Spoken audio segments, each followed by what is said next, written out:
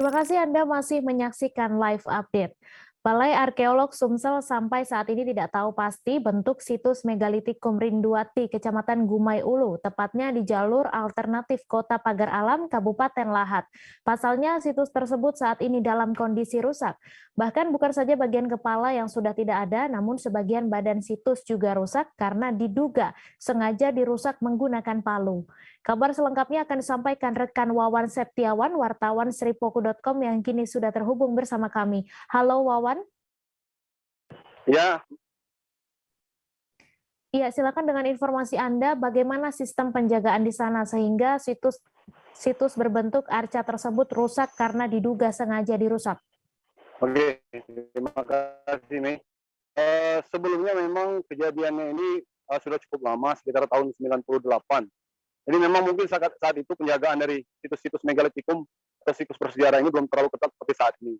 Namun dikabarkan dari informasi dari warga setempat, memang waktu itu jalan tersebut belum dibuka, jadi masih areal kebun. Jadi OTD ini sengaja merusak arca ini karena disinyalir menurut OTD ada barang berharga di bagian kepala situs. Begitu. Iya, kemudian apa yang akan dilakukan Balai Arkeolog melihat arca yang telah rusak itu?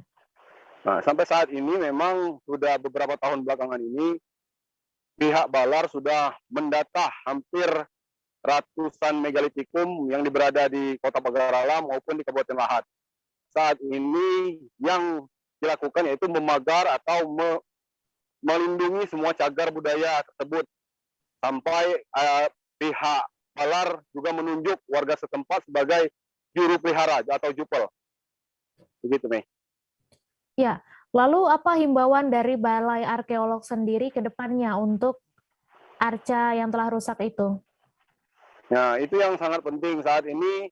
Pihak Balar selalu sosialisasi kepada masyarakat karena memang mungkin saja masih ada arca megalitikum yang belum ditemukan. Nah, jika ada masyarakat yang menemukan atau di kawasan perkebunan atau di daerah-daerah hutan, mereka diharapkan segera melaporkan ke pemerintah setempat. Hal ini agar situs bersejarah ini dapat segera dilindungi dan didata dan nantinya akan ditunjuk siapa yang menjadi juru peliharanya, Mei. Baik, terima kasih Wawan atas laporan Anda. Selamat bertugas kembali. Jangan lupa subscribe, share, komen, dan like ya.